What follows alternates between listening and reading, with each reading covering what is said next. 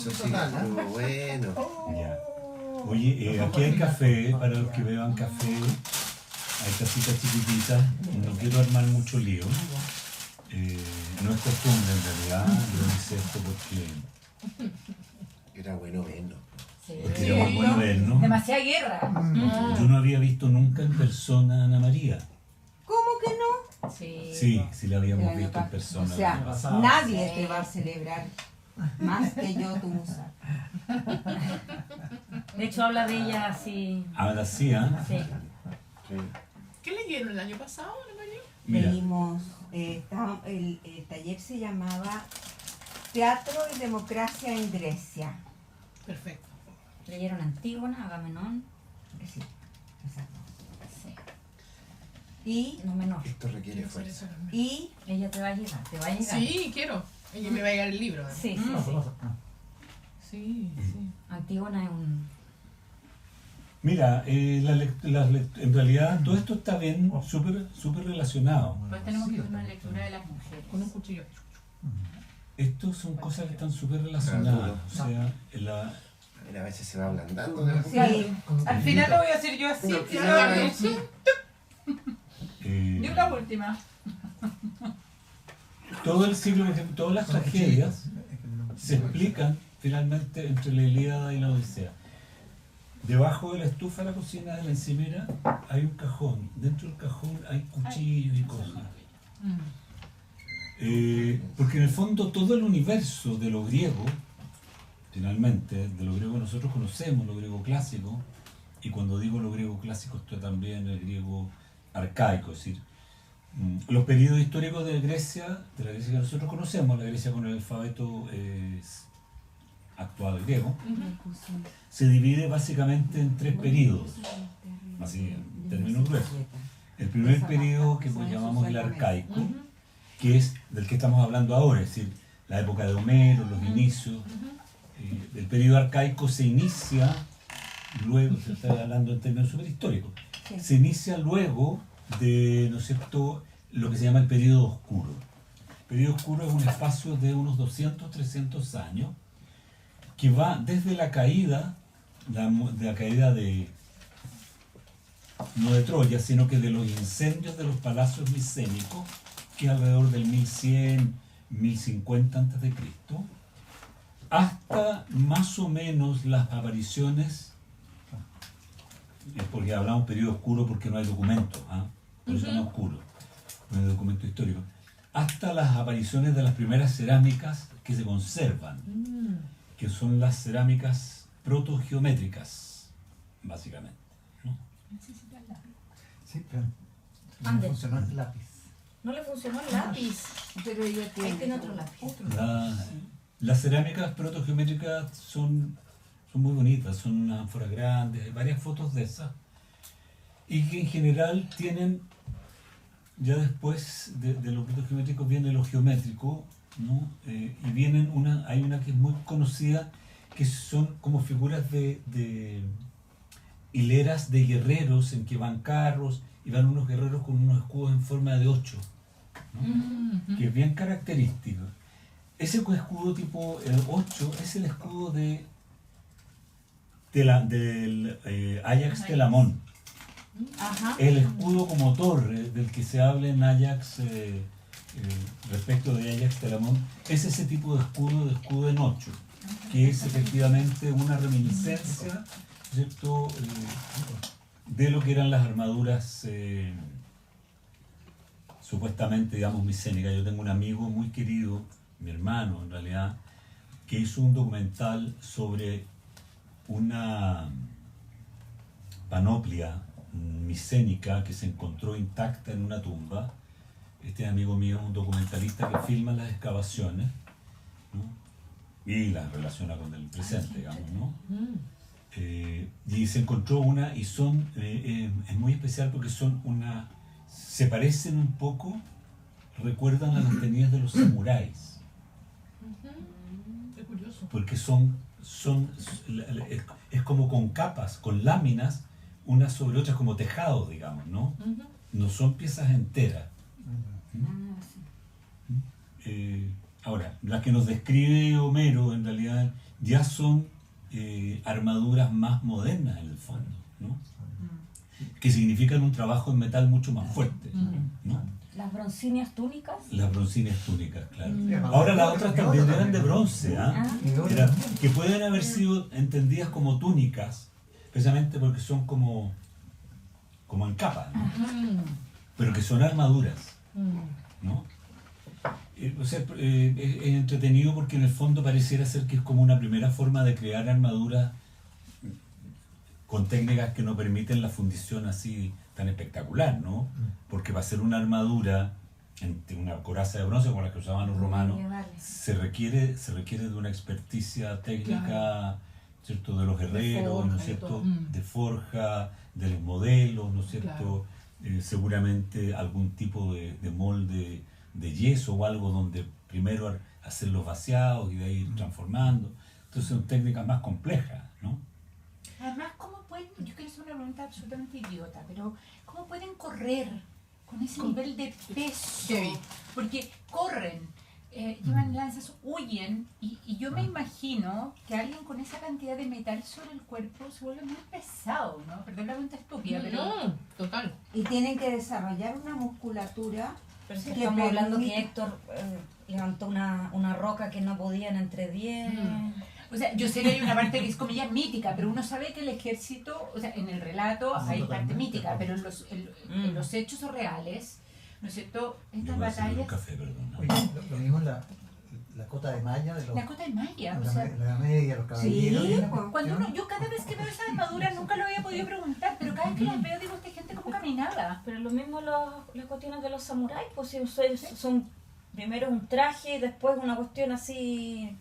O sea, el entrenamiento, tú sabes que mi padre me decía, cuando yo era niño, porque hay tantas cosas que decía mi padre cuando yo era niño, es que Después él enmudeció. después yo me fui ¿O no lo niño escuchaste? y no le escuché más. Después no era rebeldía.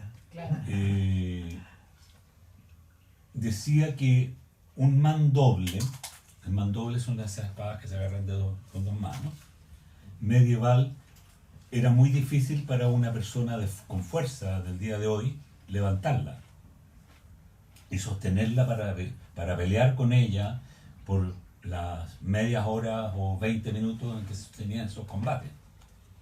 Y que una espada normal, medieval, también era muy pesada para alguien del día de hoy. Se estaba hablando del día de hoy, años 60, Claro. ¿no? sí.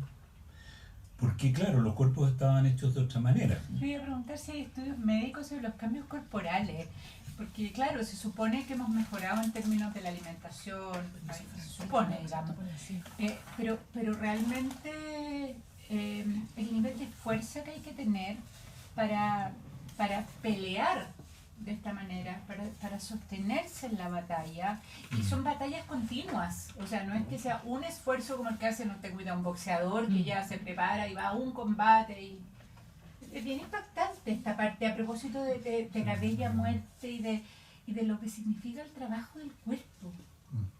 ¿Se acuerdan? En la Odisea, una vez hablamos de algo de esto, cuando nos reíamos que se la pasaban comiendo carne. ¿Se acuerdan? Y Pedro hizo un comentario sobre los músculos y la proteína y la fuerza que necesitaba para lanzar las lanzas Claro. y las armaduras y todo. ¿Se acuerdan Mm. de eso? Tiene que ver con la carne. Claro, porque nos reíamos de que se la pasaban Sí. comiendo carne, tomando vino. Vino y carne, no. Vino y no- carne, esa no- era la dieta, como que nunca una lechuguita. O sea, bien mediterráneo. Y bueno, ¿no? y el tipo de vida, no El sé, la gimnasio, agricultura que uno no estaba- sabe que el Exacto. gimnasio era una cosa obligatoria desde siempre, Claro. el gimnasio y la matemática. Y tener un cuerpo fuerte. Claro, la carne lo que hace en el fondo finalmente es que te da la proteína que te permite formar musculatura. Claro. Claro. ¿Mm? Claro. Y el vino te da los cabros hidratos, como le decía yo cuando chico. Los carbohidratos. Los cabros hidratos. cabros hidratos, Carbohidratos. para que den la energía, digamos. Y las agallas para para evitar el el ánimo. enemigo. Claro. El copete para la galla. Exactamente. Disculpen lo que yo voy a decir, ¿eh? Pero mi padre era un fanático admirador del fútbol argentino. Nunca le gustó un equipo chileno. Yo decía que los jugadores argentinos comían carne. En comparación con el jugador chileno. Que te come puro tallarín. Tallarín y pan. Pero Es que es súper interesante Yo seguí muy de tema, cerca porque hay un trabajo de... la hay un- transformación de dos actores que eran muy niños cuando los conocí en la televisión. Uno de ellos hizo carrera en United States.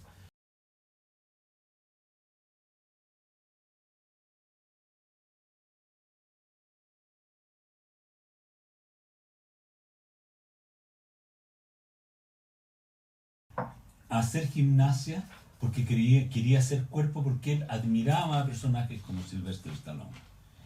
Y su dieta, nosotros íbamos a terreno a filmar a Zúñiga, a San Vicente.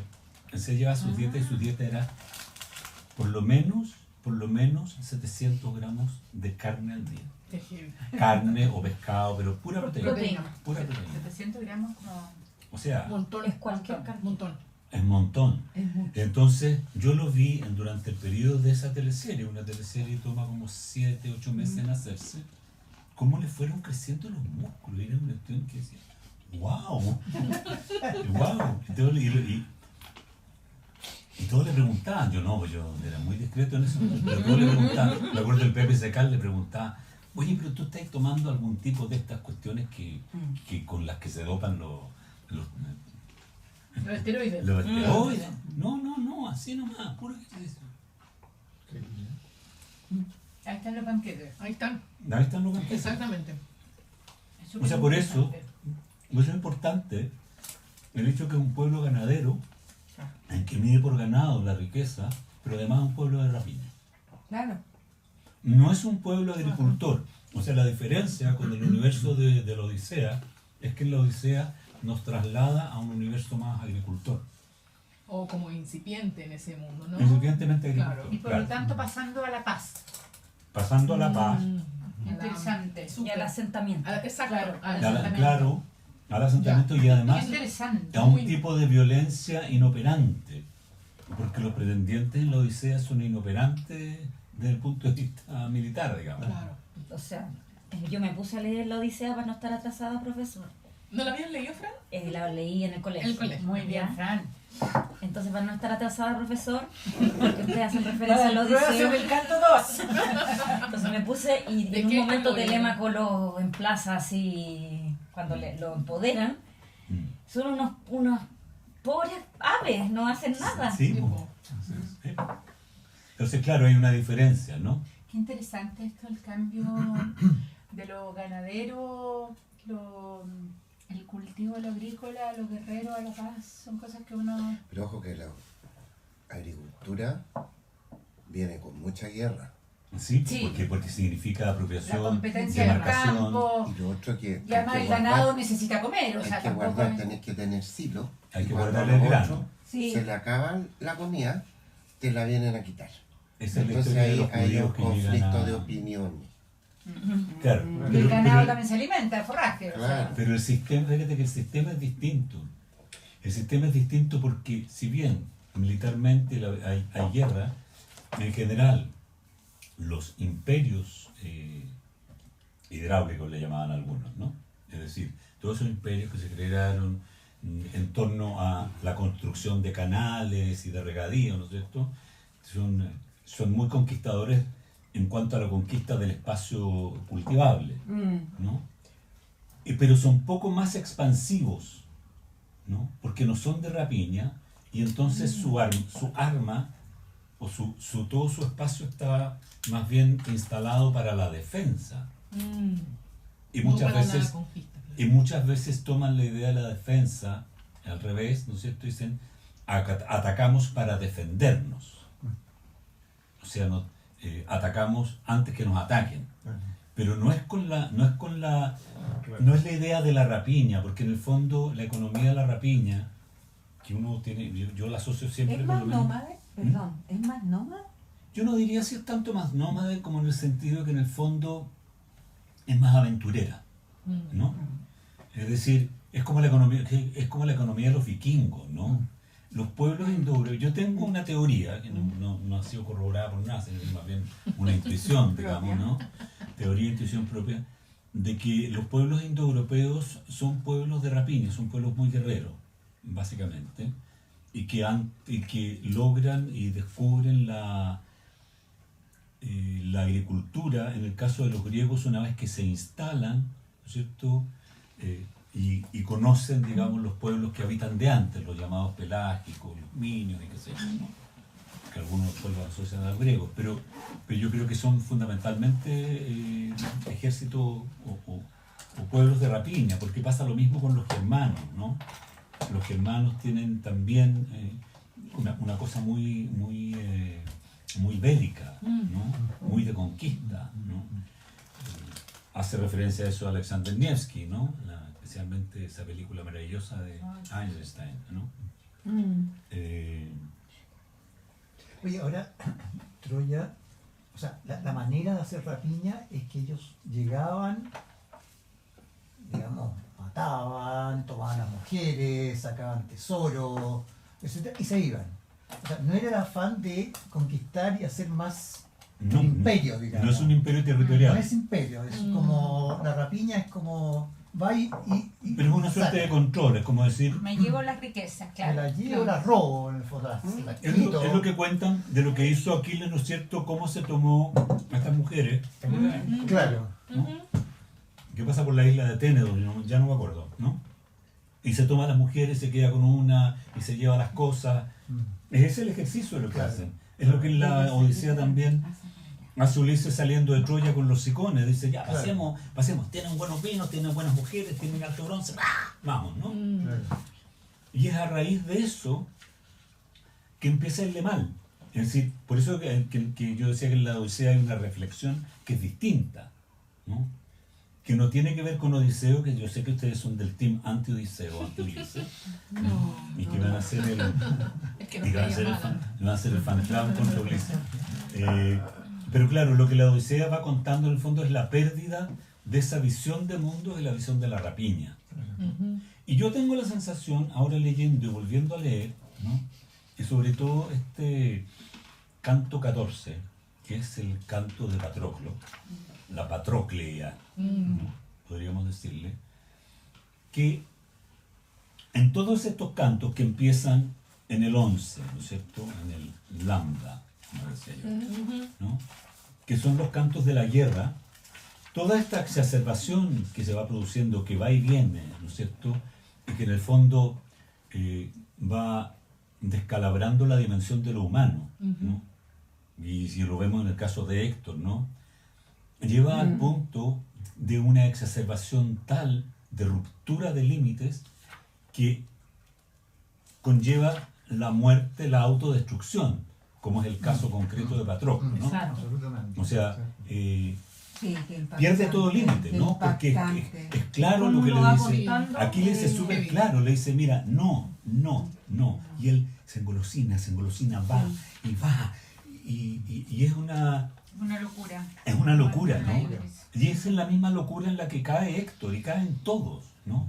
Y en la que lo lleva a Apolo, a Héctor, ¿no es cierto? Y va Apolo por detrás y le pega a Patroclo y le saca el casco. O sea, y es una especie como de...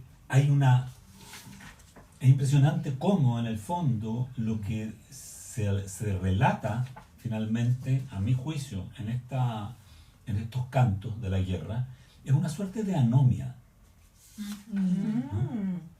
Volvemos a escuchar esa palabra ahora. ¿Sí? Es una suerte de anomia que termina y que abre el desastre, digamos, el desastre final, ¿no? Porque en el fondo, yo creo que, ¿se acuerdan lo que yo les leí la otra vez, digamos, ¿no? La observación de Homero. Yo creo que finalmente, leyendo esto con ustedes y gracias a ustedes, dándole una nueva vuelta a la lectura, me doy cuenta que en la Ilíada, a pesar de todo su universo de la descripción de la guerra y de los horrores de la guerra, hay una suerte de crítica al suceso bélico. ¿Sí? Muy fuerte, muy fuerte, muy potente, ¿no? Y yo creo que esa es una lectura es una lectura, a mi juicio, y voy a decir a lo mejor una estupidez, pero a mi juicio es una lectura moderna, porque en tiempos de mis padres, aquello que se admiraba en la Ilíada era el coraje guerrero, es decir, esa misma generación que admiró a Napoleón, que admiró a César, que admiró a Alejandro, ¿cierto? Que admiró las grandes conquistas de Ramsés II, ¿cierto? Es el poderío militar, ¿no? Que tuvo la imagen, digamos, ¿no? Que es una imagen súper positivista a mi juicio, ¿no? De la idea del progreso, los grandes hombres que llevan el progreso y que imponen el progreso porque son mentes superiores, ¿no? Entonces, todo ese cuento, claro, que nos hace pensar y nos ha hecho pensar que la guerra es algo, la estrategia militar, ¿no es cierto?, es un signo de superioridad intelectual, digamos, ¿no? Yo creo que este libro, que este poema en ese sentido, si uno lo lee desde la actualidad, porque, ¿no?, en que estamos ya un poco curados de espanto, como decía mi tía, ¿no?, de tanta guerra, ¿no?, Después y del de siglo tanta XX. destrucción. Después del siglo XX, o sea, después además de nuestra propia historia como país también, ¿no? O sea, yo creo que nuestra historia como país es muy grave en ese sentido, ¿no? Y muy marcadora. Yo creo que la lectura que nos viene es distinta, o sea, yo creo que tenemos la capacidad de ver que efectivamente el poeta nos está diciendo que en realidad esa civilización tan grandiosa es también tremendamente peligrosa. Está ahí, es parte de nuestra historia. A mí me hacía pensar, esto lo estaba pensando, tenía una sesión con el Consejo Nacional de Arte Escénica, yo me aburro mucho, entonces empecé a pensar. Y pensaba, yo cuando admiré a Shakespeare, parte de mi gran admiración por Shakespeare, tenía que ver con su ciclo histórico, ¿no? Más allá del Hamlet, más allá de Romeo y Julieta, todas las obras de Shakespeare sobre el ciclo histórico, los Enriques y los Ricardos, básicamente, ¿no? Que hablan de lo sanguinario de la historia de Inglaterra y que tienen la grandeza de decir, nosotros los ingleses somos lo que somos y somos lo que somos gracias a que nos sostenemos y nos hemos levantado en un charco de sangre y a mucha honra. Ese cinismo de los ingleses lo tiene Shakespeare muy presente, ¿no? Y yo creo que eso de alguna manera les da la seguridad que tienen a los ingleses, ¿no?, como pueblo, les da una cierta como idea, ¿no?, de una noción de ser, yo creo, ¿no? Que los transformó en grandes, en el imperio que fueron, ¿no? O sea, esa visión de Shakespeare es una visión súper isabelina, finalmente, también, ¿no? Eso tiene concepto isabelino. No tiene moral en ese sentido, ¿no? Y yo creo que un poco pasa aquí lo mismo, ¿no? Es decir, nosotros, griegos, descendemos de estos, y era la sangre, y es la pura sangre, y es, en realidad, y ahora cómo nos entendemos, ¿no? Pero también, esta guerra y todo esto, o sea, el origen de esto tiene mucho que ver con los dioses. O sea, y los dioses y los hombres son como uno el espejo del otro. Porque una cosa que es sorprendente es Zeus, por ejemplo, que es un dios sin Dios ni ley, digamos, en realidad, como diría uno, o sea, es un gallo que hace lo que quiere, que, oye, si quiere poner más ketchup, le pone un poquito por acá, saca el otro por acá, nadie puede meter a los dioses, no se puede meter en la guerra, pero yo pongo a Apolo para que haga tal cuestión, para que haga esto, otro, o sea, es un dios completamente inmoral, sanguinario, además un depredador de las mujeres, así, pero marca mayor. La historia de los dioses es muy sangrienta, la castración de Urano cuando le cortan los genitales y salen todas estas monstruosidades, pero también sale lo más maravilloso, que es Afrodita también, ¿no es cierto? Pero la raíz de todo esto tiene que ver mucho con los dioses, y ellos son descendientes de los dioses, hijos de dioses. Todos, hay un texto ahí que dice, ¿no? Entonces, el problema a lo mejor también es cómo debe morir un dios, o sea, cómo debe terminar un dios. ¿Puede un dios terminar tranquilamente como de la mano de la diosa mirando el atardecer románticamente? ¿O un dios es Como alguien que es como- telúrico, que, es, Lo que, deseo. que mueve la... ¿Me entiendes, no? Que, Y de, espérate, y de las fluye, 7 que amantes que crea. sale en una, yo le conté, la fui numerando. 7 amantes. Ya. O sea, De hay las un que nombra ahí. párrafo, hay un párrafo donde nombra 7 Ya. y con a 6 le hizo hijo además. No, se tiene hijos por todo el mundo. fértil. Lo que pasa es que yo Entonces hay Es como la carne y el Es vino. que yo creo, como el linaje de los dioses, que son estos reyes, que son linaje de dioses, ¿cómo van a morir si no es en una épica? O sea, ¿cómo se muere como Dios? Yo creo que lo más que la muerte de los hombres es, bueno, los dioses son inmortales en realidad, una pregunta absurda, pero pero está súper bien, ¿cómo- con la idea del cómo- espejo, digamos, ¿no?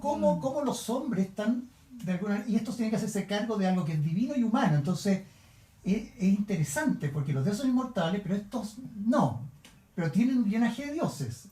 Bueno, y viene todo esto que hemos discutido también, cómo es la muerte finalmente, Claro. qué significa la muerte y cómo perduran a través de la muerte, en fin. Yo Pero- estuve pensando en el contrapunto entre estos dioses, o sea, cualquier o cualquier cultura, pero esto es más desarrollado, politeísta versus el auge de las religiones monoteístas, y cómo se propagaron por el mundo, y son, en el fondo, el otro día a mí me gusta ver documentales, entonces el cristianismo, el islam y el judaísmo, judaísmo. ¿ya? Los monoteístas. Sí, y que son, no sé si serán hoy por hoy, porque China y India suman poblacionalmente El mundo. ¿ya?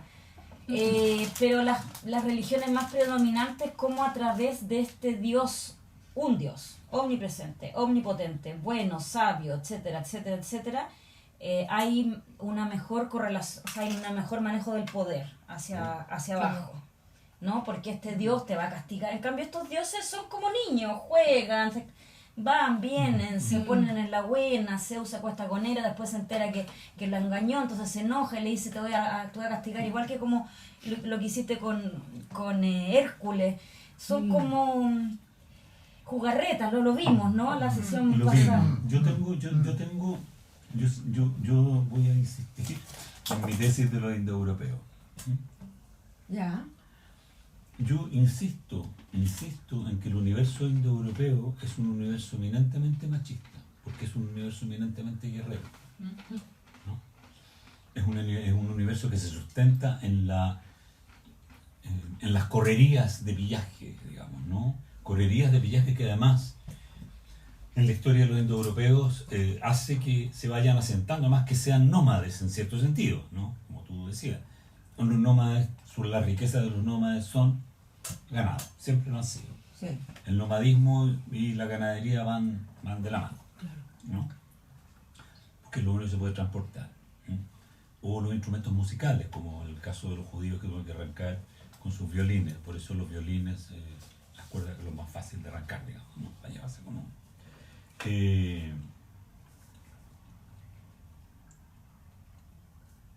Los micénicos, por ejemplo,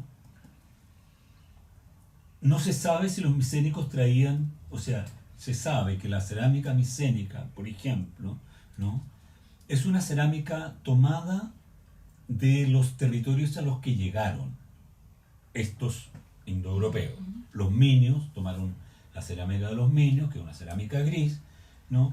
Y la fueron transformando a medida que se fueron contactando con las civilizaciones cicládicas, de las que no hemos hablado nunca, Sí. porque no entran en el no han entrado en este cuento, ¿no? Hablamos en la primera clase. ¿No hablamos? Sí, que son civilizaciones de la belleza, de la luz, ¿no es cierto? Y en que el universo femenino es un universo de mucha importancia. O sea, las divinidades... Como esta cultura. Claro, las divinidades, por ejemplo, cretenses, la gran divinidad cretense, Estaba todo planificado. No. Qué bonito eso. sí, Es que la escultura ¿Y cicládica es es una una mujer? maravilla. ¿Eso es una mujer? ¿Eso es cultura? puede No, ser no una sé. mujer Podría o un ser hombre un- rostro. no, pero Ya. es que la escultura cicládica es una maravilla. Muchas mujeres y muchos hombres, o sea, no hay diferencia si tú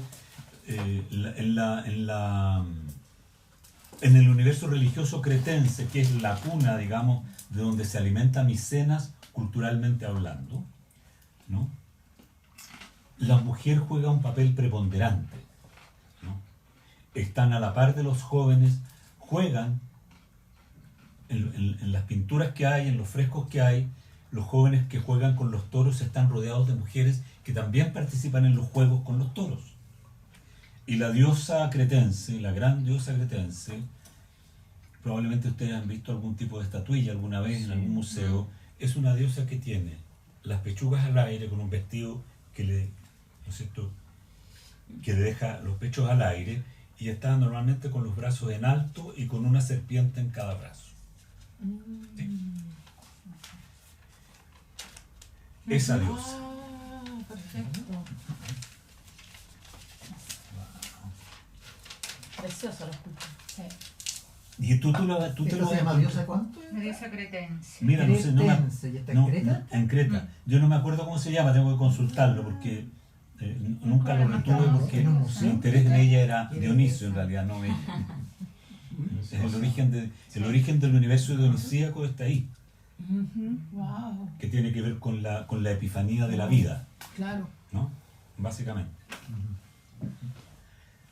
Entonces, hay toda una teoría que no sé cuán válida sea, si está pasada de moda o no pasada de moda, que es la teoría de que la incorporación de diosas mujeres al panteón griego tiene que ver con la asimilación de divinidades prehelénicas que estaban ahí, ¿no? Se habla, por ejemplo, de que es de Argos, ¿no es cierto? Bueno, Argos es una ciudad anterior a los micénicos y él estaba ahí, ¿no es cierto? Y entonces la fueron incorporando, y como lo hacen, la casamos con Zeus, ¿no? Claro. Y las otras diosas femeninas muy importantes, como Demeter o Perséfona, no aparecen nombradas en esto, sino que aparecen más bien dioses más contemporáneos, mucho dios varón.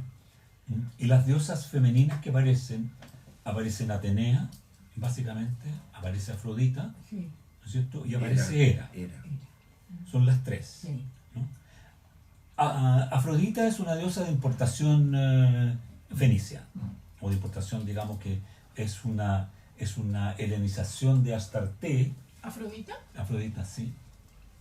Es una helenización de Astarte, y se la considera nacida en Pafos, Chipre,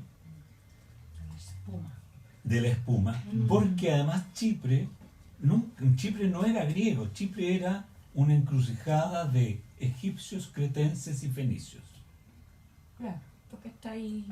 O sea, hasta el Está día de al hoy centro del no te puedo ni decir qué cantidad de servicios secretos de espías funcionan en Chipre. O sea, Tú viviste en Chipre. sí, pues yo viví en Chipre. Así que te puedo contar. Ay, ¿Y va a ser tiene una un ciudad Cachi. Chipre o tiene una capital? Ahora Nicosia. estrenar una obra de teatro. Sí. Nicosia, está Nicosia. Nicosia, está Pafos, está Lemesos o Limasol, y está Lárnaca, está el aeropuerto, y la ciudad perdida, la ciudad que se tomaron los turcos y que está siendo cubierta con el tiempo con arena, hace muchos años, que se llama Famagusta. ¿Y hablan griego? Chipre Habla griego, es sí. un país. Inglés. Es un país. Y Sí, Turco, los chipriotas. acuérdate que Pero- estuvo pero la la isla, guerra país, y se es una dividió isla en como dos de- la isla. Eso debe Ah, ser mira, en el 74, bordecito. 75. En el 74. bordecito Oye, las playas son En el increíbles. arzobispo Sí. Matarios. más nororiental Ah, del Mediterráneo. perfecto.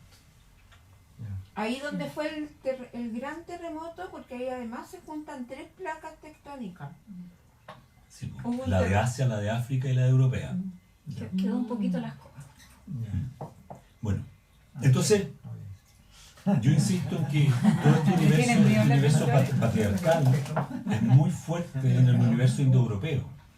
Y el universo indoeuropeo es muy amplio. Están los griegos, los latinos, están los celtas, están los escandinavos, digamos.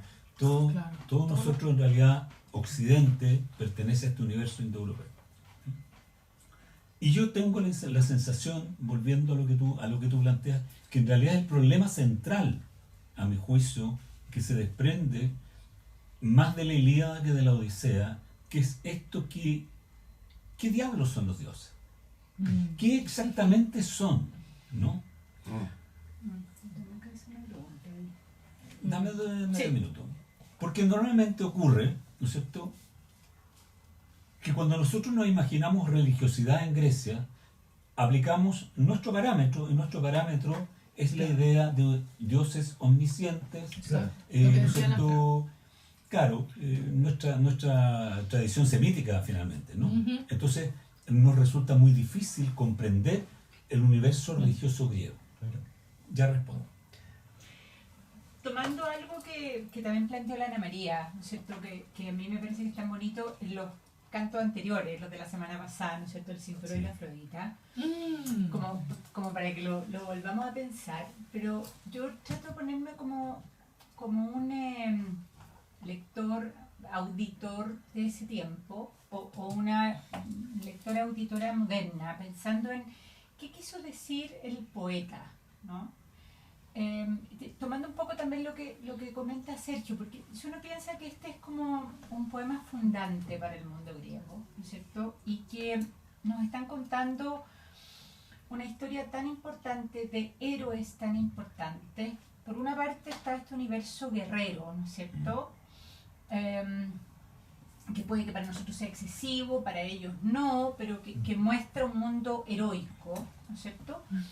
Pero al mismo tiempo muestra este espejo que son los dioses y que más allá de que sean distintos a nosotros en términos a nuestra cultura, pero que por otro lado pone en juego el mundo heroico, en el sentido de que da cuenta de que la guerra que se está jugando abajo, ¿no es cierto?, más bien tiene que ver con arbitrariedades de la conducta entre los dioses, ¿no es cierto? Sí. O sea, que Sí. en realidad esto que parece tan heroico abajo, en realidad heroico no tiene nada. Tiene que ver con el juego, en nuestros cantos, con la repartición de poder entre los hermanos, ¿no es cierto?, entre los tres dioses, con, ¿no es cierto?, este conflicto en que Hera, ¿no es cierto?, hace idiota, ¿no es cierto?, a Zeus, y Zeus es, ¿no es cierto?, un pobre gañán que, herido en su orgullo, ¿no es cierto?, tiene cero temple. Entonces, lo digo porque para pensar en un poema fundante, ¿qué quiso decir el poeta con esto? Que es, ¿no es cierto?, la historia, en realidad, de aqueos y troyanos, en realidad tiene que ver, ellos lo leyeron de una manera, pero en realidad, como toda situación de guerra, depende de caprichos, ¿no? Leídos en otro lado, llamémosle dioses, pero puede ser otra cosa. O sea, ¿por qué se puso este espejo? Porque a mí me parece que no es casual que se ponga eso. Mira, yo creo que la pregunta tuya es una pregunta fundamental. Adentro del refrigerador hay una botella chica. Tu pregunta es fundamental, pero creo que no hay una respuesta, básicamente porque uno no puede saber, como te habría dicho mi profesor de Amantópolos, ¿no? Yo no puedo saber si el poeta tenía ganas de ir al baño esa noche o no. No, está bien. ¿No? Pero creo que lo que está detrás es precisamente, si bien es un relato fundante en el sentido que es un relato histórico, es decir, es un relato que da el sustrato histórico sobre el cual se asienta esta nueva Grecia que están haciendo, que están haciendo desde la oscuridad misma, digamos, ¿no? Desde hay una memoria velada, ¿no es cierto?, que se ha perdido, porque se ha perdido la escritura, ¿no es cierto? Hay una escritura. Los micénicos tenían escritura, se pierde la escritura, ¿no es cierto?, durante 200 años, hasta que aparece una nueva forma de escritura gracias al comercio y a la dependencia que tienen, ¿no es cierto?, de los fenicios, ¿no? Entonces adaptan los fenicios, ¿no? Es un pasado que tiene incidencia en las ciudades que existen, porque muchas de las ciudades que existen en el siglo VIII y que existen hasta el día de hoy, fueron ciudades fundadas por los micénicos, ¿no? De hecho, hay una ciudad maravillosa, que es Atenas, que a ti te carga, pero en fin, es una web muy fea actualmente, es verdad, ¿no? Pero los atenienses siempre reclamaron para sí, igual que los de Pilos, que ellos eran autóctonos, es decir, que nunca habían sido contaminados por las invasiones que vinieron después y que destruyeron el imperio micénico. Es decir, no fueron tocados por los pueblos del mar o lo que fueran los dorios, sino que ellos siguieron permaneciendo de una continuidad micénica, ¿no? Yo creo que hay una noción de esa continuidad por una parte. Por otra parte, creo que lo que en el poema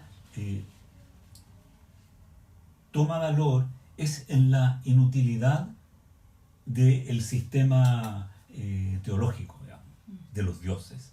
Son dioses que no tienen ninguna relación real con lo humano, ¿no? Son dioses que finalmente no apoyan, no ayudan, sino que juegan, ¿no? Que es una visión de la cual el griego del siglo VIII ya comienza a desprenderse, ¿no? O sea, todo el pensamiento que parte de ahí en adelante, ¿cierto? Es un pensamiento que va dejando, o sea, incluso en la estructuración de la nueva ciudad, digamos, ¿no? Va dejando todo lo religioso fuera de la ciudad, lo va dejando como una referencia. Interesante en el sentido de lo que dice Bernard con respecto a que no es que los dioses los desconozcan, sino que les conceden, en vez del lugar de ser los rectores de la ciudad, solamente presidir los actos de la ciudad. Es que interesante. Bastante formal. Claro, presiden los actos de la ciudad.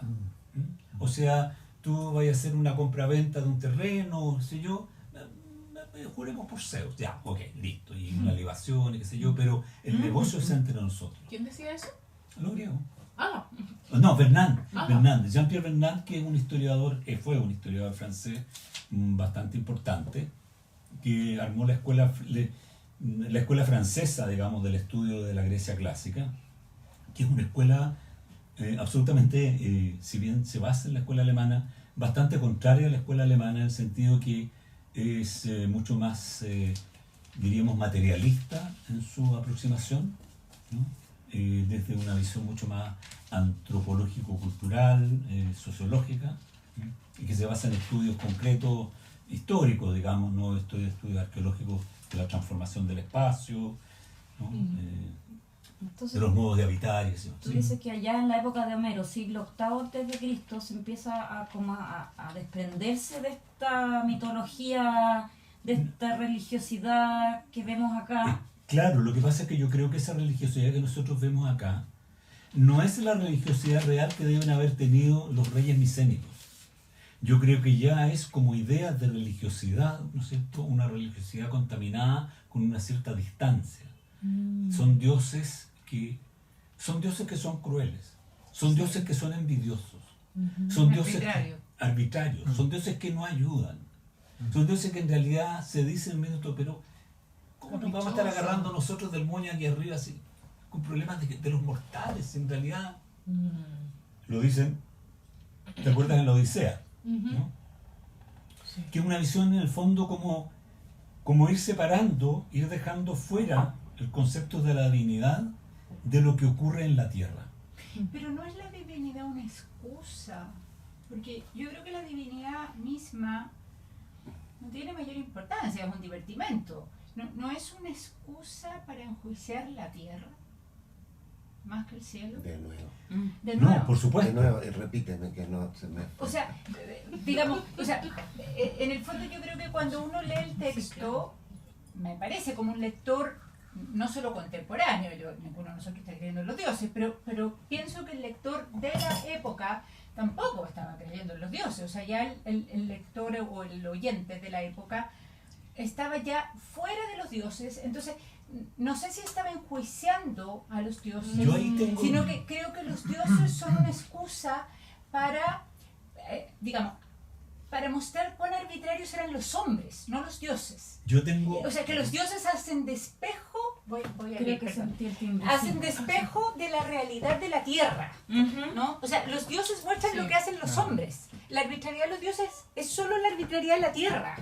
Yo frente a eso, Sí, entiendo lo que dice la voy a esperar que llegue la Natalia para responder, porque frente a eso tengo una posición.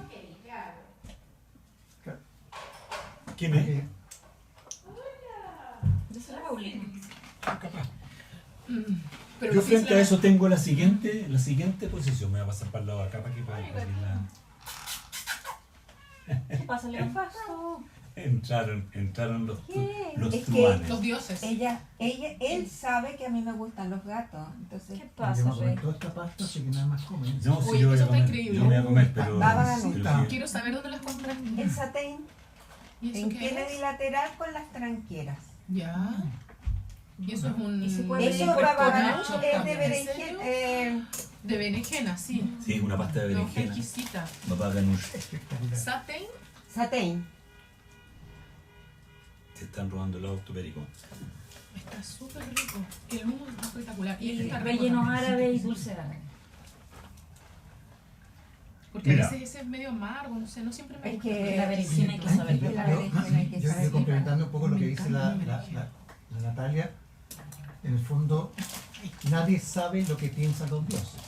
Claro. Nadie ha conversado con Zeus. Esa es la verdad de las cosas. O sea, era así, olvídate como... O sea, entonces son atributos que se adscriben a estas entidades llamadas dioses. ¿no es Sin cierto? lugar a duda. Son atributos. Ujú. Entonces esos atributos surgen Desde el de hombre. diversas motivaciones. Pero desde Aquí, el hombre. por supuesto. Mm. Pero ¿cuál es la idea de que...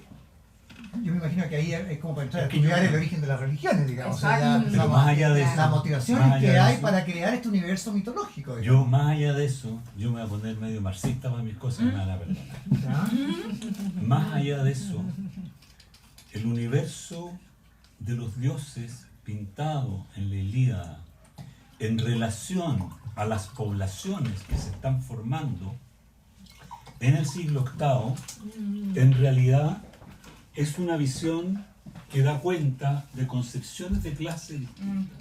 Mm.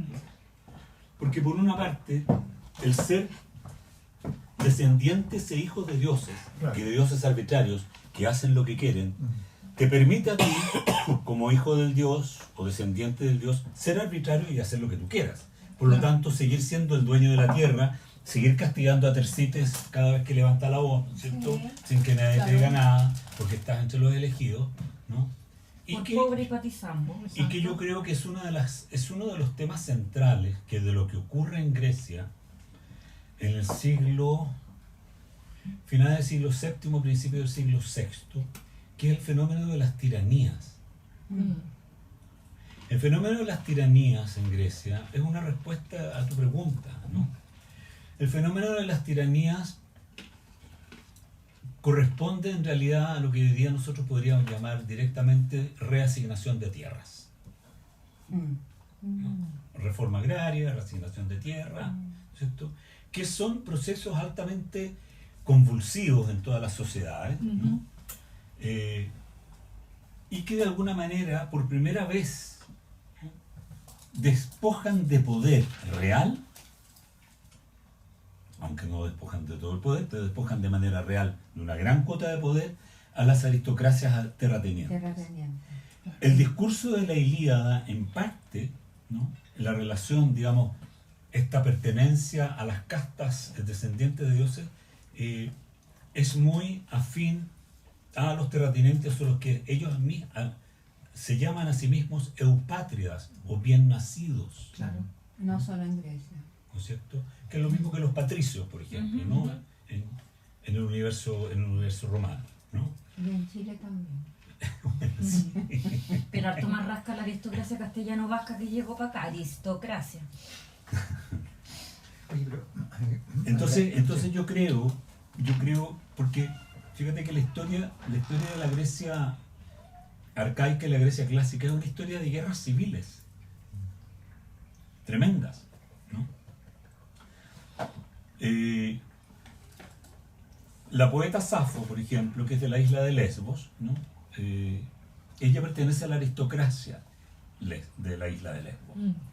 Y tiene que salir exiliada porque su bando es derrotado por el bando de Pitacos, ¿no?, que es el gran reformador tirano, que hace la reasignación de tierras y entonces hace lo mismo que hicieron acá los rotos de la Unidad Popular. Agarra los fondos, los reparte, ¿no? ¿Y tirano es una palabra de origen griego? No, tirano es una palabra de origen lidio, aparentemente, y que quiere decir, tirano quiere decir aquel que toma el poder sin que le corresponda hacerlo. Mira. No necesariamente alguien que abusa del poder. Y los tiranos en general, en este periodo, son representantes, en realidad representan los intereses del pueblo más desposeído. ¿Qué origen es? Lidio. O sea, fenicio, No, los lidios son un pueblo más al norte. más al norte. Parece que fueron importantes los lidios. Ah, O sea, que son lidios. mencionados muchas No lo había escuchado. muchos lidios. Sí. Lidia ¿verdad? fue un imperio muy importante Y, antes del imperio Sarpedón, persa. Creo que Claro. la conversación ahí. Ah, Sarpedón, pobre También tiene Sarpedón. Ahora, porque Hasta murió ahí nomás Sarpedón. llegó Oye, que Sarpedón. también en esta cuestión de que hay ese Sarpedón. estas castas Hijo de que hay, Zeus.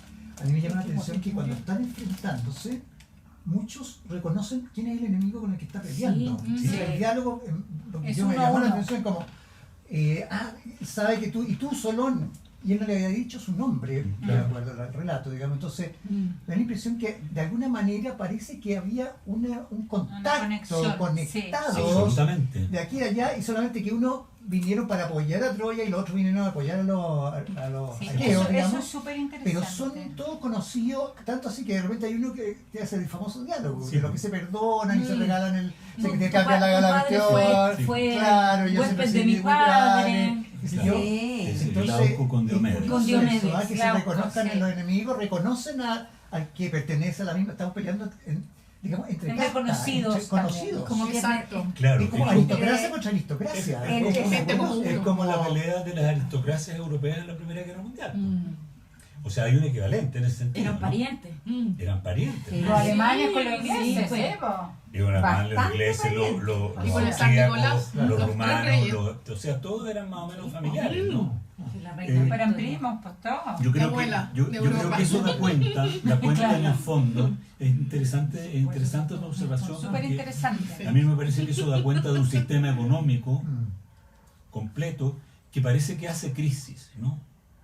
Porque si finalmente, efectivamente, la guerra de Troya, ¿no es cierto?, es un hecho real, y efectivamente, después de la guerra de Troya, 80, 100 años después, no se sabe muy bien, ¿no es cierto?, viene la destrucción de las ciudades micénicas, como fueron destruidas, que eso es un hecho histórico, es decir, de manera casi simultánea los palacios de Pilos, de Orcómeno, de Micena,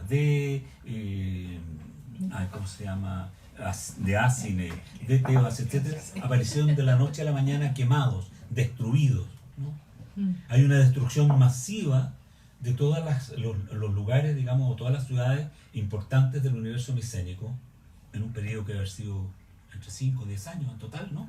Máximo. Entre 5 y 10 Porque podrían haber Nada. conservado, Una civilización conservado entera. de repente Claro. Eso es bien impresionante. Es súper impresionante. Entonces, Pues, yo Nosotros estuvimos en el Palacio de Néstor, en Pilos. qué emoción. Yo quería llorar. O sea, de Obvio. verdad, es que De fue... Néstor y el domador de Caballos. caballos. Néstor, el domador de caballos. Caballos. Mira, llegamos Parece que además... se el de los conserva carros. o está Es que destruido. llegamos a la es tercera que además. son las bases, Las Está la pero se ve el explanada. baño, se ve el baño, Se tú ve ves el la baño tina. latina, No, la qué tina tremendo. donde bañaron a Telémaco. O sea, mira, te juro que Wow. quedamos los dos así No, como wow. en... porque además no había nadie, estábamos solos en Pilos. Eso es Peloponeso, ¿no? Peloponeso, Peloponeso. Peloponeso. Al sur de Olimpia, tú del sur más. Y tú sabes que subimos, mira, con la No, carne de gallina, sí, total. y desde arriba, desde el balcón, porque es una reconstrucción que ha hecho la Universidad de Minnesota, me parece. ¿no? Minnesota, una reconstrucción increíble, porque han levantado con una armazón, voy a decir, no sé cómo es la palabra, pero increíble para no topar las ruinas, para que tú puedas caminar por sobre las ruinas. Ah, ya. Entonces tú subes en unos andamios, digamos, y te paras donde era el balcón de Néstor, porque está reconstruido, y tú ves la playa, Pilos Arenosa. y ves donde llegó la barca, y ves donde está Ítaca, donde supuestamente ahí donde Oh. llegó la barca. Ese es Te juro el que dios, se me el caían dios las saltaba lágrimas. Telémaco al agua. Ajá. Desde ahí. O sea, te juro donde se ve la playa, y hasta allá está Ítaca, y te juro que me caían las lágrimas. Y yo bajo todavía a preguntarle al guardián, ¿dónde están los caballos? Me dice, ¿qué caballos? ¡Los caballos de Néstor! ¡No! Entonces me dice, ¿qué caballos? ¿Qué Néstor? caballo? ¿Qué Néstor? ¿Qué Néstor? ¿Cómo? ¿Qué El Néstor? rey, el rey Néstor. Fíjate que propósito Pedro me de- miraba con una vergüenza y me decía, no sabes tú, cállate. Pero de aquí vivía el rey Néstor. Le digo, yo domadores de caballos. Tienen que estar las caballerizas. Obvio. Obvio. No, quería decir que a propósito de la destrucción, porque uno llama este espíritu destructivo, ¿no es cierto? Porque Sí, pues, eran una palacios manera maravillosos. No, Con las no, yo descripciones no soy que- alérgica. Ah, no. No, Mi mi hermano. hermano. Ah, perdón. Ya. No, Entonces, pero al contrario. disculpa, que pensé que la María era alérgica. Estaba que se me ocurrió por una asociación muy colateral, pero que todos estos palacios eran maravillosos y uno dice, ¿cómo no conservaron? Por último los ocuparon y los mantuvieron, describen, hay tanta descripción de palacios. Y a mí me tocó, yo viví 2 años en Alsacia. No sé si ustedes conocen la asociación de ¿En Alsacia. serio? Los pueblos de Alsacia son ¿De una... cuál? Alsacia y Lorena. Alsacia y Lorena. Clase Clase de historia. de la Edad Media, pero sí tuve el 1400, la inscripción del 1300, bueno, ustedes todos a lo mejor lo conocen. No. Y en la Segunda Guerra, Alsacia fue respetada por todos. En cambio, tú pasabas el Rin y Friburgo arrasada, bombardeada entera, Berlín bombardeado entero, toda Alemania bombardeado entero, han reconstruido. Dresden Entonces, destruido. Qué potente es esta destrucción que ocurre en la guerra, que cuesta tanto pensar que hay algo que Sí. sea maravilloso que se puede preservar. Sí. O sea, aquí como que se van con todo. O sea, lo sangriento de estas batallas también probablemente producían una especie de efervescencia. Yo creo que lo sangriento de estas batallas tiene que ver con los genocidios, ¿no? Yo creo que hay un espíritu genocida detrás, ¿no? O sea, la amenaza de Agamenón en el canto, Sí. ¿no? De destruir todo, que si no respetan vamos a destruir Arde todo. Troya. O sea, y vamos a matar Literalmente. hombres y mujeres, ¿no es cierto? Claro. Y niños, ¿no? Yo creo que parte, digamos, parte de lo que estamos hablando, de por qué esta memoria, ¿no?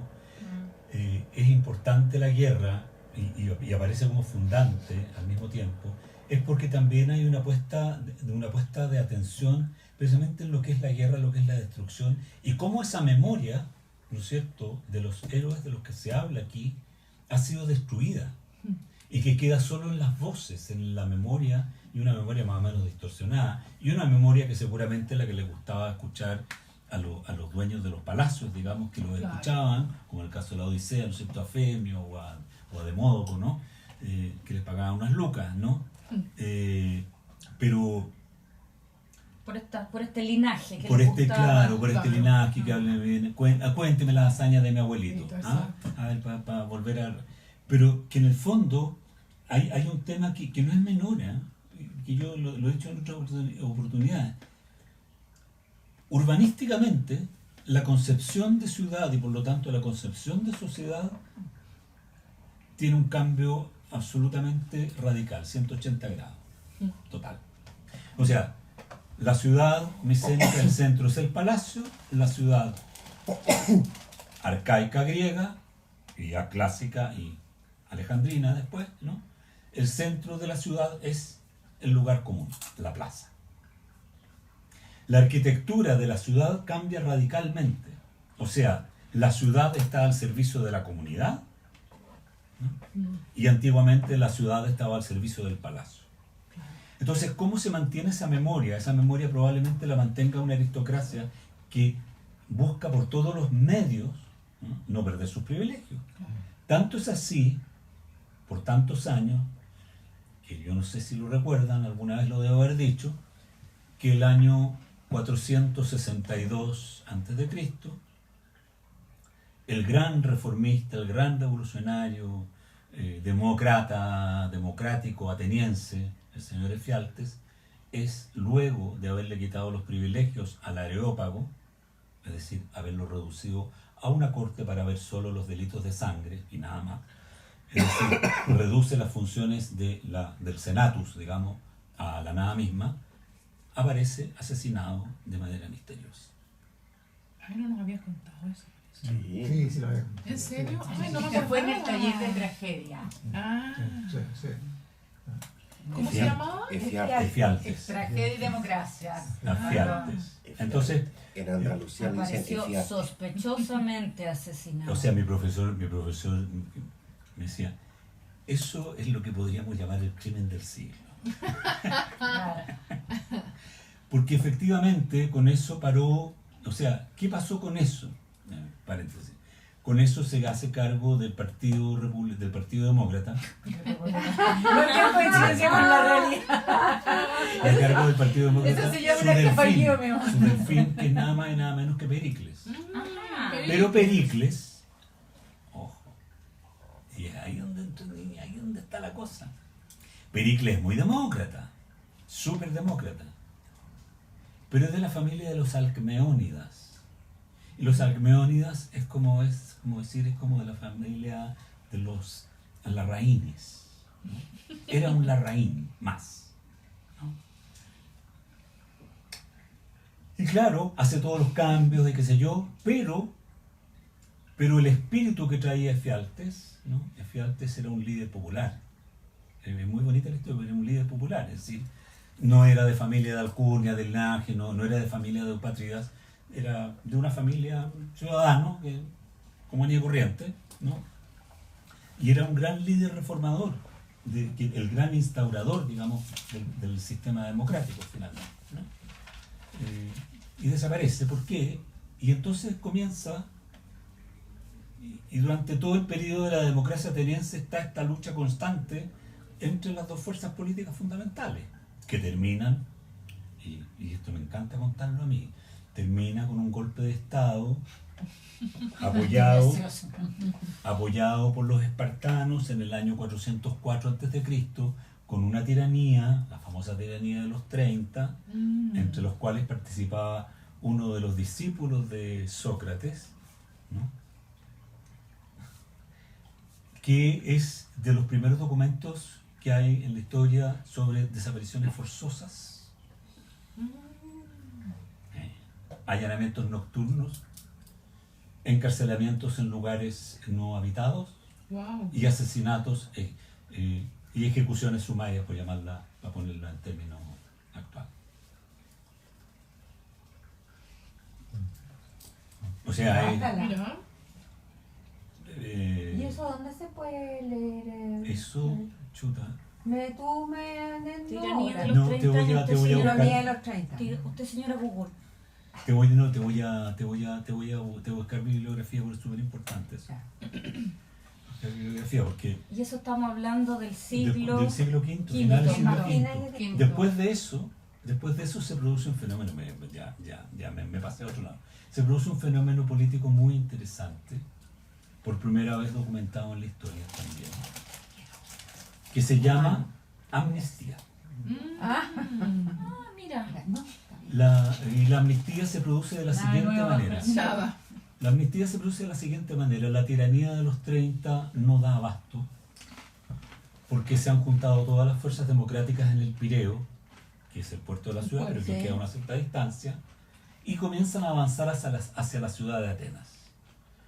Y avanzan, se toman la ciudad, y estos tiranos temblaban, tiritaban igual que el otro que se suicidó, no me acuerdo cuál, ¿no? Tiritaban.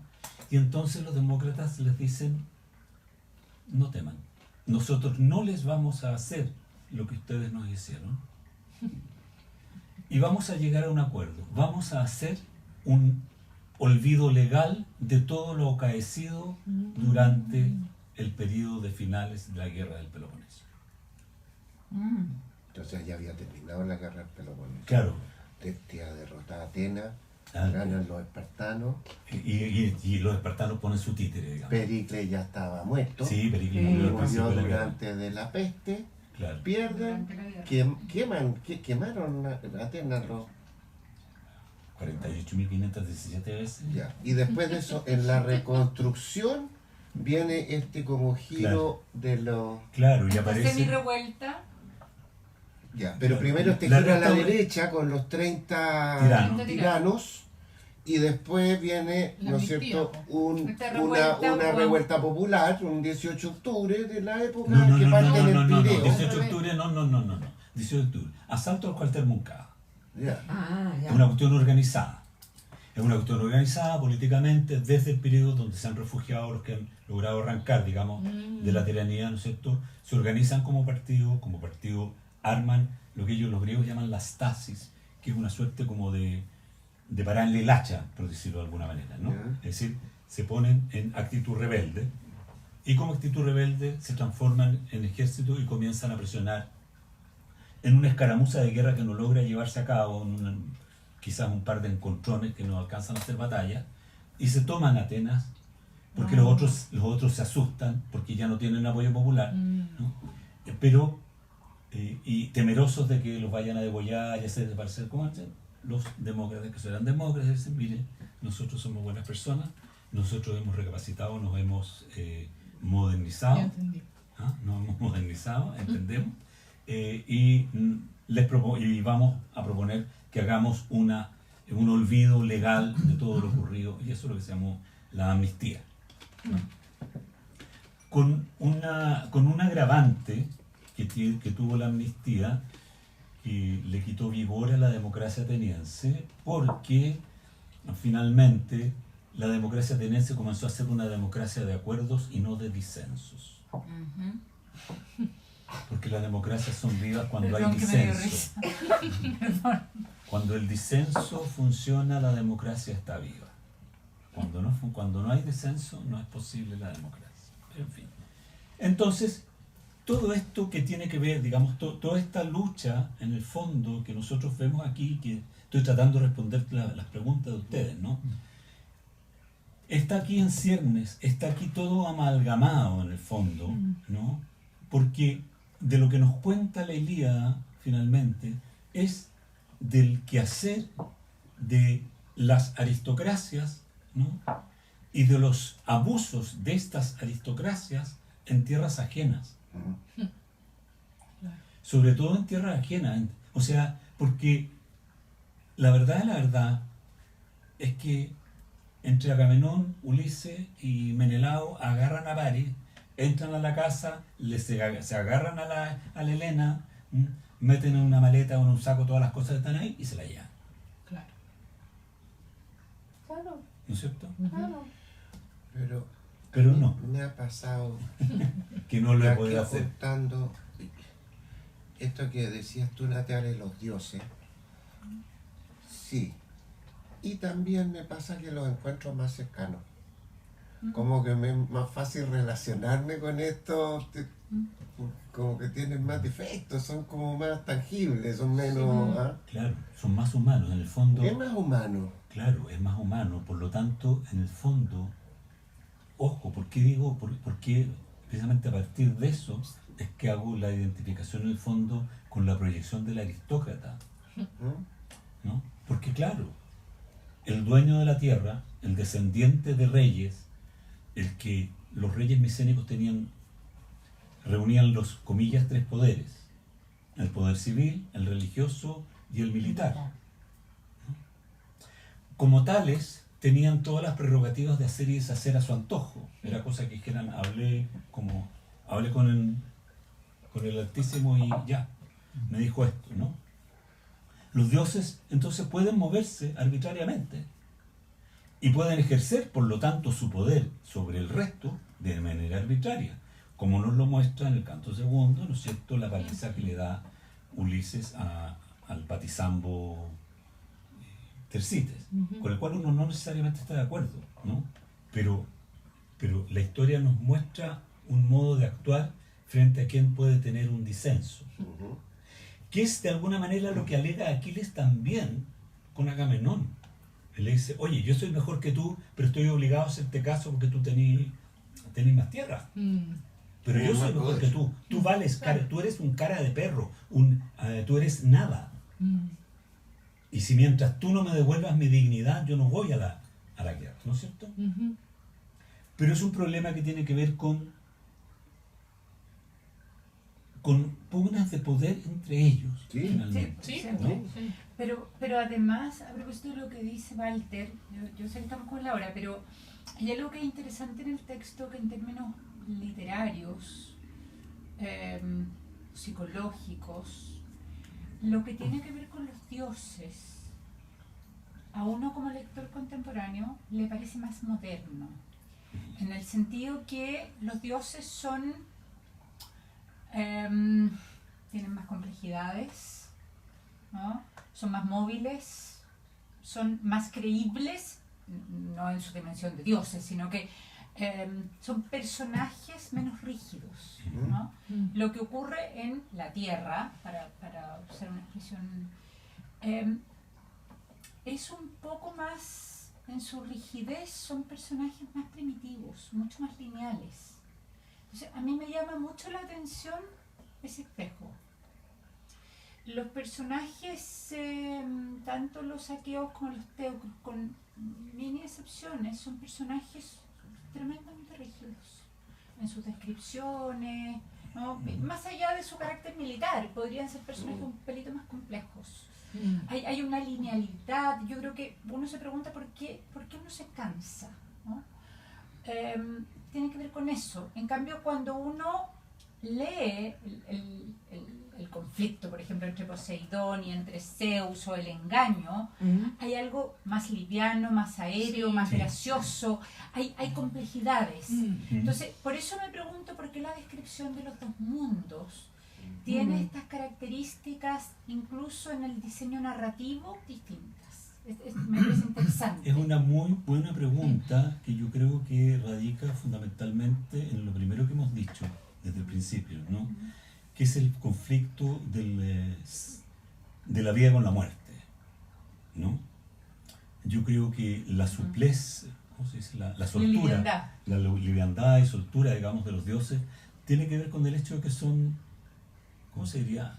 Akshegnias, despreocupados, que no tienen ninguna preocupación porque hagan lo que hagan, no se van a morir. Juventud, belleza y mortalidad. Claro, ¿no? En cambio, los seres humanos tienen el fin de la vida aquí, constantemente ahí, y tienen que seguir una línea de conducta para no poder, o sea, para poder salvar o resistir eso que está ahí. Y por eso pelean como pelean. Y por eso la idea de la bella muerte. Por eso todo ese universo construido alrededor de la muerte tiene que ver con esa rigidez. Porque suelto, y es lo que se le reprocha a Tercite, es que un suelto cuerpo, que dice lo que dice, que haga lo que haga. Es un suelto. ¿Para dónde está vuelto? Lanza la pachotada, ¿no? Y entonces se le trata como algo no humano. Es un patizambo que tiene los hombros hundidos para adelante, el esternón escondido, despelado con la cabeza, unos mechones, ¿no es cierto? Y la cabeza como un huevo de avestruz, ¿no es cierto? Como... Ellos tienen que de alguna manera mantener una posición, los héroes, que les haga parecerse a los dioses sin fallar, porque los dioses son más caprichosos, sin fallarles a los dioses. Yo creo que hay una respuesta ahí. Hexámetro 216, perdón, Pedro, del canto 2. Era el hombre más indigno llegado al pie de Troya. Era patizambo y cojo de una pierna. Esto ya lo leí, pero es que me encanta lo encuentro. Sí. Tenía ambos hombros encorvados y contraídos sobre el pecho, y por arriba tenía cabeza picuda y encima una rala pelusa floreaba. O sea, la descripción más... Hay que disfrazarnos de Tercite. Es la descripción a mí frente me a la... como personaje. Ahora para Halloween. ¿Tú querés café o no? Frente a las melenudas caballeras, y Sí. los blancos brazos y los... Sí, pues. Las lindas Hay una visión de clase también. Sí. De poder, total. Oye, ahora otra cosa que uno se pregunta, porque yo también como que uno ve el universo de los dioses, estos dioses que hacen lo que quieren, deciden, juegan, son como libres en sus desplazamientos, se desplazan rápido, vuelan, son ágiles. Están el común de los mortales que tienen que trabajar y morirse, y están estos héroes. Y estos son unos híbridos entre dioses y hombres. Entonces, ¿qué sentido tiene el escenario de la guerra respecto a la muerte de estos héroes y de lo que puede mostrar la vida de estos héroes? O sea, a lo mejor hay una idea del escenario de la guerra como una oportunidad de ver cosas de los héroes que de otra manera no se verían y que les dan a los ojos de los griegos de la época cierto valor. Porque Aquiles es valorado, ¿no es cierto? Aquiles es un híbrido, Aquiles también no sé, un híbrido. Sí, no, pero se Es que convención ahí eléctrico. Es hijo de Dios, de diosa y de Sí, Dios. es un híbrido, absolutamente. es admirado por su esfuerzo, por él, pero ¿dónde se despliega eso? No se despliega mientras él lee un libro en la terraza. Esa cuestión se despliega en la guerra. Claro. Entonces, la guerra es un escenario que permite que estos- Visibilizar al héroe. Exacto. visibilizar al héroe Mm. y conectarlo con una muerte grandiosa, que no sería la muerte que es la muerte fome del... Mm. no sé, Es que es el dilema que Claro. tiene en el canto no sé cuánto, Sí, me suena, exacto. Entonces, bueno, una vida prosaica, dice, Sí. o Sí. la muerte en la batalla heroica. sí. Y, Claro. Yo creo que lo que tú Aquiles habla dices, mucho lo de que eso, tú ¿no? dices es muy, muy importante, porque precisamente es una justificación de la guerra. O sea, hay una relación dialéctica absoluta en lo que tú dices, ¿no? O sea, el espíritu heroico solo se puede mostrar en la guerra, por lo tanto la guerra Claro. es para mostrar el espíritu heroico, claro, ¿no? Y al mismo tiempo para la guerra es la razón de ser de una sociedad, por lo tanto es una sociedad que no puede producir, sino que tiene que vivir de la guerra. O sea, es toda una espiral, digamos, ¿no? Claro. Bien compleja. claro. ¿Mm? Y entonces, de ahí puede perfectamente llegar a decir, claro, la virtud helénica es, el hombre virtuoso es el conductor de hombres, el gran guerrero, ¿no es cierto? Y el que habla bien en la asamblea, Claro. que son las virtudes de Aquiles. ¿Podría Pero además- repetir? El conductor de hombres, Conductor de hombres, el, que el habla- gran guerrero el gran guerrero. y el que habla bien en la orador. asamblea. Y además, ¿qué hacen esos grandes señores sin guerra también? Es como Nada, po. nada, po, ¿cierto? Claro. No tienen ocupación, Claro. oficio, es como dónde los pero ponen. eso permanece en la historia, en todo el medioevo, esas Claro. Los juntas que habían. condotieros, sí, po, Claro. Era porque no tenían, y todo no eso. tenían nada mejor que hacer. Po. No, Claro. claro. Caballeros andantes, claro. Y uno los ve en películas, series, qué sé yo, es una idiotez. ¿Cómo que no idiota? Perdón. O sea, no puede haber nada. ¿Cómo que no idiota? Qué loco. Tú no has visto mi escudo de armas. Oye, pero no es muy distinto hoy día. No, Y la paramilitar, no, sí, lo, No es distinto. Conductor de hombres, sí, cargos ¿Por qué no te políticos. gusta la parada militar? El gran guerrero. tengo un problema que viene de mis padres, que soy Tuviste un pololo antimilitar. que No, dijo que soy te fue mal. antimilitar. Mi ¿Sabes papá es qué? profundamente antimilitar. Me pasa igual, yo no soporto. Y yo tengo y una siempre le fobia, tiraba la talla que una si algún fobia. día llegaba pololeando con un carabinero, con algún militar, y mi papá le daba casi espanto. Prefería morir. El que habla bien en la asamblea, pues sí, son las mismas cosas hoy día. El que habla bien en la asamblea. Pero ahora no hablan tan bien. No, pero digo como valores o sea, mira, yo veía hoy día la noticia, no recuerdo en qué red social, en alguna de las noticias, porque estaba hoy día en la mañana pendiente que venía a ser el premio Nobel de literatura. Espera, pero Ahí salió ya. sí, ¿Salió? sí. ¿Qué ¿Quién? bien? No me enteré. Foss. John Foss, un dramaturgo noruego. Ah, Mira. eso era lo que salía Nunca lo he en leído. Twitter. ya. Yo leí un texto de él, es súper interesante, pero bueno, estaba pendiente de eso, entonces cuando uno empieza a recorrer la red, te llegan noticias de todo tipo. Pero quería contar otra cosa, que es que me llegó una imagen tremenda de un pueblo de Ucrania, les debe haber llegado a todos porque ya salió en todas las redes, civil, digamos, que fue atacado por los rusos. Había imagen de mucha gente civiles muertos en el suelo, en fin. Pero lo que quiero decir con esto es que esto me llegó porque estaba buscando además un libro de la Susan Sontag sobre el dolor, en fin, a propósito de fotografías de guerra. Entonces, lo decía a propósito de esto, ¿no? Como en las guerras que tenemos ahora actuales, o sea, seguimos con una guerra en acto hoy día, ¿no? Con crímenes de guerra internacionales y con glorificación internacional de la guerra, ¿no es cierto? Y de los conductores. conductores de hombres, ¿no es cierto? Es tan complejo como... Así es.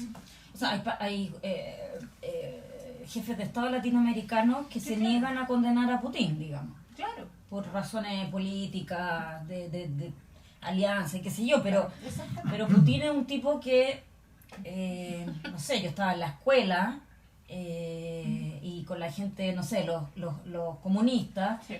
encontraban que, no sé, o sea, mientras fue antiimperialista todo es fantástico, digamos, puede ser el tipo más...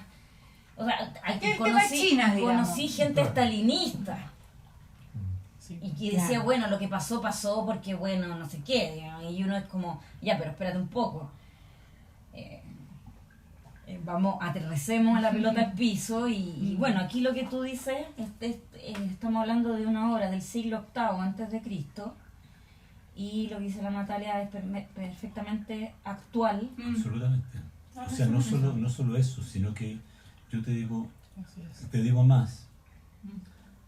Mi familia, la familia de mi padre, es una familia profundamente traumatizada por 4 generaciones con los milicos. Profundamente traumatizada. Destierros, prisiones, etc. Por generación. 4 generaciones. Sin embargo, mi padre, que sufrió el destierro de su padre, ¿no? Que sufrió que su padre lo iban a matar, que sufrió, etcétera, etcétera, era un gran admirador de Aquiles, y era un gran admirador de la Ilíada, y era un gran admirador De la guerra. de estos grandes genios, de Julio César. Y mi hijito, léase la guerra de las Las Galias. Galias. Y yo le diré la guerra de las Galias, me aburrí como ostra, pero en fin. Pero hay una cosa cultural en eso, Pedro, yo Sí, creo. por que supuesto. Yo también es creo, generacional. Mi papá adoraba los autos y de los Chevrolet, qué sé yo, yo detesto los autos. Yo creo que el invento más torpe que existe, que ojalá desaparezcan luego los autos, ¿no? Hay cosa más absurda, tener un Totalmente. fierro gigante que echa humo, ya, y mi papá, porque aparecieron los autos. Claro. Es una cuestión Sí. cultural. Hay una cosa ¿no? psicoanalítica también La- ahí. También, pero yo creo No, pero yo estoy también... totalmente de acuerdo contigo. Y una cosa es generacional con lo Claro. heroico, o Claro. con las Hay un formas carro de que lo no está de la heroico. abuela, que está adentro, Lo claro, voy a eso, buscar. de sus britas, que está al lado. Pero pasa que a veces de generaciones muy traumatizadas con algo viene una generación que o derechamente tiene desidia respecto al tema o se Claro. pasa para el... Yo creo que es distinto. ¿Mm? Yo creo que corresponde a ciertas visiones impuestas, ¿no? Culturalmente por Bien patriarcales además, o sea, como que... o sea, imagínate, Grecia siempre se ha considerado durante todo el siglo XIX, todo el siglo, la primera mitad del siglo XX, Grecia, el universo blanco, perfecto. Antes que un día apareció un arqueólogo y dijo, oye, si no era nada blanca la escultura, aquí tengo unos pedazos pintados. Y empezaron a descubrir colores. que eran pintados. Y en realidad, la reconstrucción del Partenón, ¿Te ayudo? colorinche, es realmente un colorinche así digno de cualquier restaurante chino. Las digamos. esculturas eran fucsia con Negro, celeste, con fucsia, amarillo. celeste. ¿Se supone O sea, que tomaron los colores de la época en que fueron hechos? Sí. ¿O tú Sí, dices que es sí, no, se lo encontraron en- cosa moderna? No, No, encontraron las cómo era. esculturas reales, Sí. que hoy día en el Museo de la Acrópolis hay pedacitos que están Ah, tomados ¿Ya?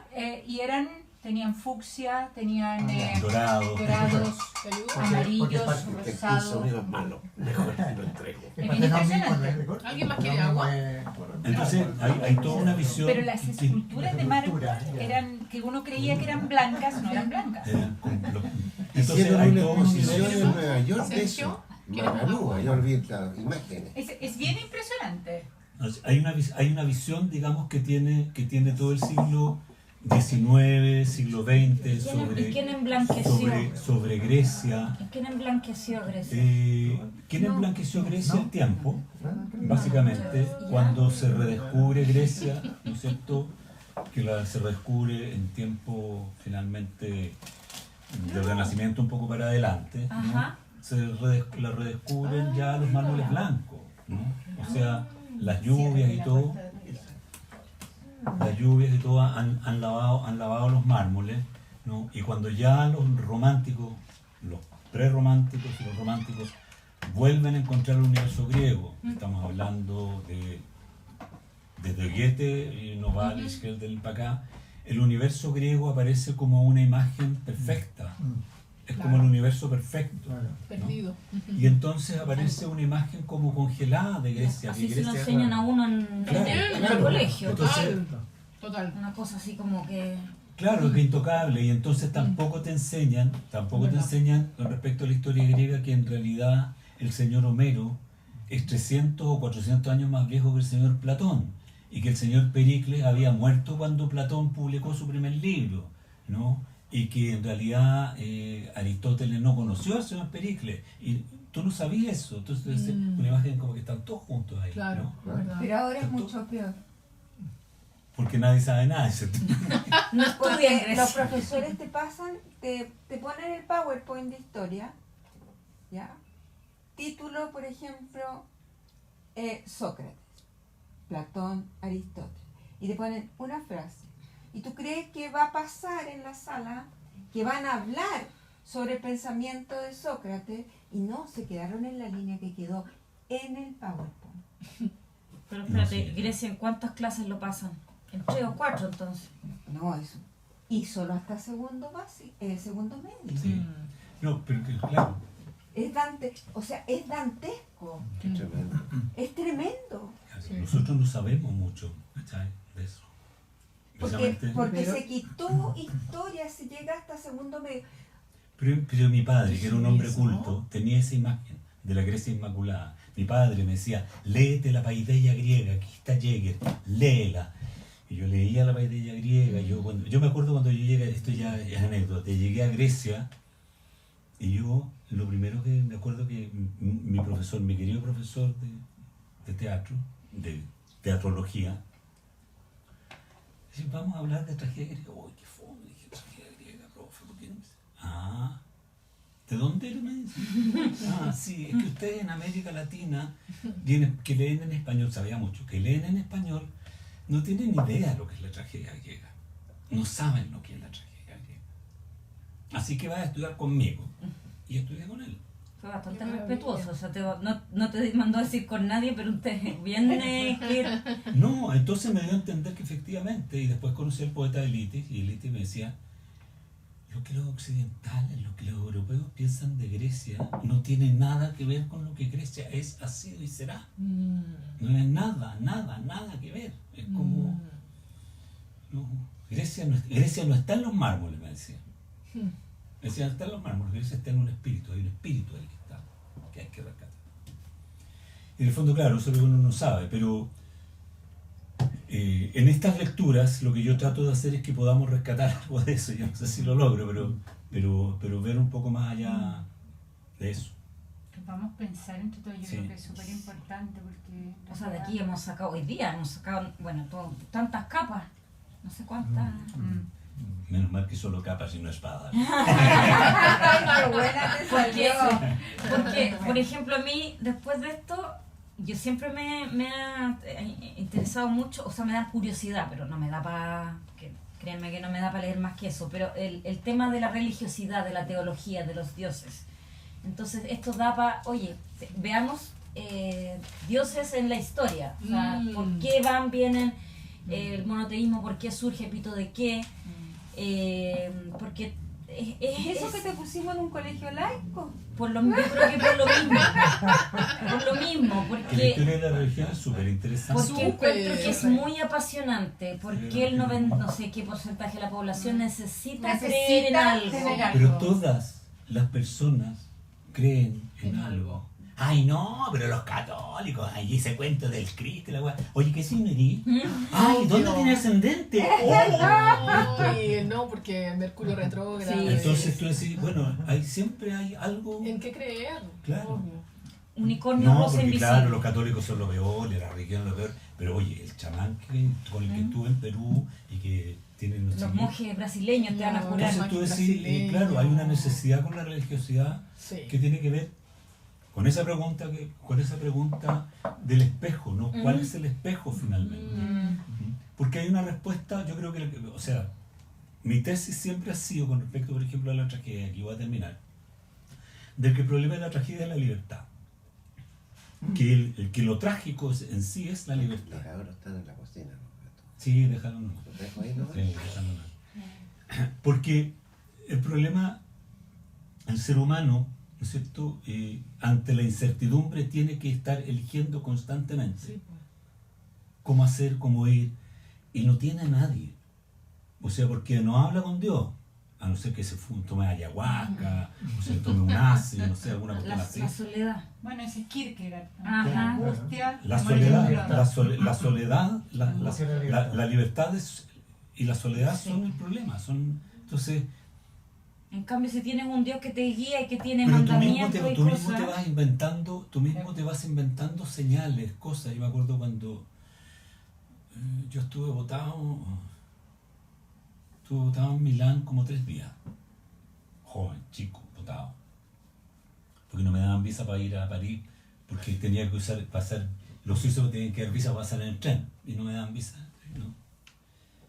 Y recuerdo que llegué un momento en que yo decía, se cayó una hoja, una luz, y decía, esto es una señal de que me van a dar la visa mañana. ¿Se qué? ¿Se cayó qué? Una hoja de cualquier claro. cosa, no sé. Pasó o un veía águila, algo me así, soltó una serpiente. y todo. me van a dar la visa mañana, entonces voy a poder partir mañana. Las piensas. Empiezas a buscar cosas en la naturaleza. Claro, empieza a buscar de dónde Agarrarte, exacto. tomar la decisión de qué hacer finalmente, ¿no? Entonces libre albedrío a las O sea, cochiflaflas. el libre albedrío funciona dentro de los marcos que te da el espacio de la realidad, ¿no? Espacio-tiempo. Mm. Yo también me puse. Oye, bueno, nos queda el 16. Oye, pero no el dijimos. 15 y el Oye, 16. ya hablamos que de se, Patroclo. que se murió Patroclo. Oye, sí. Y yo no tenía la menor idea que Patroclo no había muerto en Buena Lid. No, lo entregaron. Febo Apolo se metió ¿Cierto? y Y por eso digo que Héctor, los dioses. y Héctor no lo tremendo. no fue. Yo siempre tenía que había sido combate cuerpo a cuerpo y que Héctor le ganó. Así que tengo. Eso te pasa por haber visto a O sea, Brad no, Pitt. 17 y 18. Troya. 18. Por eso es que yo tengo la impresión que 17, de repente 18. es como que ponen a los dioses como Sí, porque la para decir lo Patroclia, que no pueden decir de los El hombres. 16, Claro. el 17 y 18. Patroclo Oye, es hemos 16. hemos Patroclo es el avanzado. 16, sí. Las traiciones, Avanzaba las mucho. deslealtades. Claro, es como que Patroclo Homero hubiera 16. puesto en los dioses lo que no puede decir de los hombres. Sí.